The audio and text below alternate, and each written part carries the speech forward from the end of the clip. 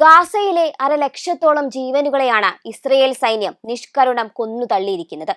Gaza നിർമ്മാർജ്ജനം എന്ന ഒരൊറ്റ ലക്ഷ്യവുമായി മുന്നോട്ടു പോകുന്ന സയനിസ്റ്റ് ഭരണകൂടം ഇതുവരെ 50,021 ആളുകളെ വധിച്ചതായാണ് ഗാസ ആരോഗ്യ മന്ത്രാലയത്തിന്റെ കണക്കുകൾ വ്യക്തമാക്കുന്നത്.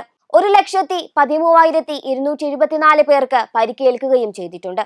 രജിസ്റ്റർ ചെയ്യാത്ത മരണങ്ങൾ കൂടി ഉൾപ്പെടുത്തുമ്പോൾ ആകെ മരണങ്ങളുടെ എണ്ണം ഈ കണക്കിലും നിൽക്കില്ല.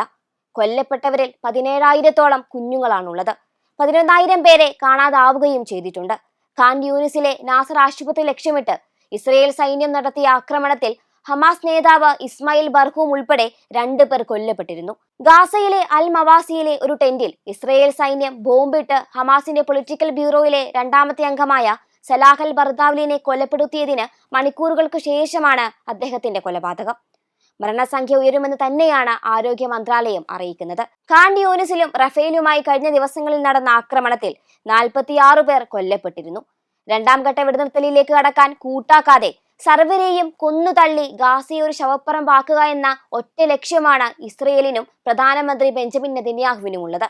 1.5 വർഷമായി തുടരുന്ന വംശഹത്യ പൂർണ്ണമാക്കി സൈനിക ഭരണം ഏർപ്പെടുത്താനുള്ള നീക്കത്തിലാണ് ഇസ്രയേൽ. ഗാസ മുനമ്പിൽ നിന്ന് പലസ്തീനികളെ ബലമായി കുടിയിറക്കുന്നതിനായി ഒരു സർക്കാർ ഏജൻസി രൂപീകരിക്കാനുള്ള ഇസ്രയേലിന്റെ തീരുമാനത്തെ ജോർദാൻ ശക്തമായ ഭാഷയിൽ വിമർശിച്ചിരിക്കുകയാണ്. അധിനിവേശ വെസ്റ്റ് ബാങ്കിലെ 13 പുതിയ അനധികൃത വാസസ്ഥലങ്ങൾക്ക് അംഗീകാരം നൽകാൻ ഇസ്രയേലി സുരക്ഷാ മന്ത്രിസഭ തീരുമാനിച്ച സാഹചര്യത്തിലാണ് ഈ നീക്കം.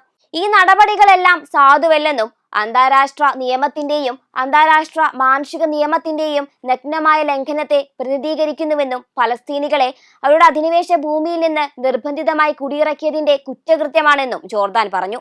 യമനിലെ ഹൂതികൾക്കെതിരെ അമേരിക്ക പുതിയ ആക്രമണങ്ങൾ നടത്തുന്നതിനിടെ ഇസ്രയേൽ വീണ്ടും ലെബനനിൽ ബോംബാക്രമണം നടത്തുകയും ഗാസയിൽ വംശഹത്യ പുനരാരംഭിക്കുകയും ചെയ്തിരിക്കുകയാണ്. ഇതോടെ മിഡിൽ ഈസ്റ്റ് സമാനതകളില്ലാത്ത ദുരന്ത ഭൂമിയായി മാറിക്കഴിഞ്ഞിരിക്കുന്നു.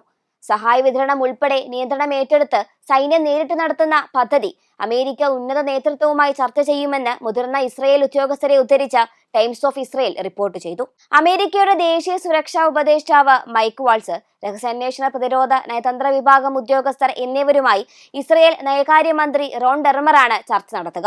ഇതിനായി മാർച്ച് 24-ന് അമേരിക്കയിലേക്ക് തിരിച്ച ഡെർമർക്കൊപ്പം ഇസ്രയേൽ ദേശീയ സുരക്ഷാ കൗൺസിൽ, IDF, മൊസാദ്, വിദേശകാര്യ മന്ത്രാലയം, ആണവോർജ ഏജൻസി എന്നിവയിലെ മുതിർന്ന ഉദ്യോഗസ്ഥരടങ്ങിയ സംഘവുമുണ്ട്. ഗാസയെ സൈനിക ഭരണത്തിലാക്കുന്ന തീരുമാനം ഇതുവരെ ഇസ്രയേൽ സ്വീകരിച്ചിരുന്നില്ല. എന്നാൽ അമേരിക്കൻ പ്രസിഡന്റായി ഡൊണാൾഡ് ട്രംപ് ഭരണമേറിയതിനൊപ്പം ഇസ്രയേലിൽ പുതിയ സൈനിക മേധാവിയും പ്രതിരോധ മന്ത്രിയും ചുമതലയേറ്റതോടെയാണ് നിലപാട് മാറുന്നത്. പൂർണ്ണാർത്ഥത്തിൽ ഗാസയെ വരുതിയിലാക്കാൻ 5 IDF ഡിവിഷനുകൾ വേണ്ടിവരുമെന്നാണ് ഇസ്രയേൽ കണക്കുകൂട്ടൽ. ട്രംപ് അധികാരമേറ്റിയുടൻ ഗാസ അമേരിക്കൻ നിയന്ത്രണത്തിലുള്ള വിനോദസഞ്ചാര കേന്ദ്രമാക്കി മാറ്റുമെന്ന് പ്രഖ്യാപിച്ചിരുന്നു. ഇതിനെതിരെ ലോകം മുഴുക്കെ പ്രതിഷേധം ശക്തമായതിനൊപ്പം ട്രംപിന്റെ നീക്കത്തിന് ബദലായി അറബ് രാജ്യങ്ങൾ ഗാസ പുനർനിർമ്മാണ പദ്ധതി അവതരിപ്പിക്കുകയും ചെയ്തു. ഇതിനിടെയാണ് ഇസ്രയേൽ നേരിട്ട് സമ്പൂർണ്ണ അധിനിവേശവും സൈനിക ഭരണവും നടപ്പാക്കാൻ ഒരുങ്ങുന്നത്. 2023 ഒക്ടോബർ 7-ന് ഹമാസ് ഇസ്രയേലിൽ നടത്തിയ ആക്രമണത്തിന് പിന്നാലെയാണ് നെതന്യാഹു യുദ്ധം പ്രഖ്യാപിച്ചത്. അന്ന് ഇസ്രയേലിൽ 1,200-ഓളം പേർ ഹമാസ് ആക്രമണത്തിൽ കൊല്ലപ്പെട്ടിരുന്നു. ഗാസയിൽ 1,00,000-ഓളം പലസ്തീനികളെ കൊന്നൊടുക്കിയ വംശഹത്യ അവസാനിപ്പിക്കണമെന്ന അന്താരാഷ്ട്ര സമൂഹത്തിന്റെ അഭ്യർത്ഥന ചെവികൊള്ളാൻ ഇസ്രയേൽ ഇനിയും തയ്യാറായിട്ടില്ല.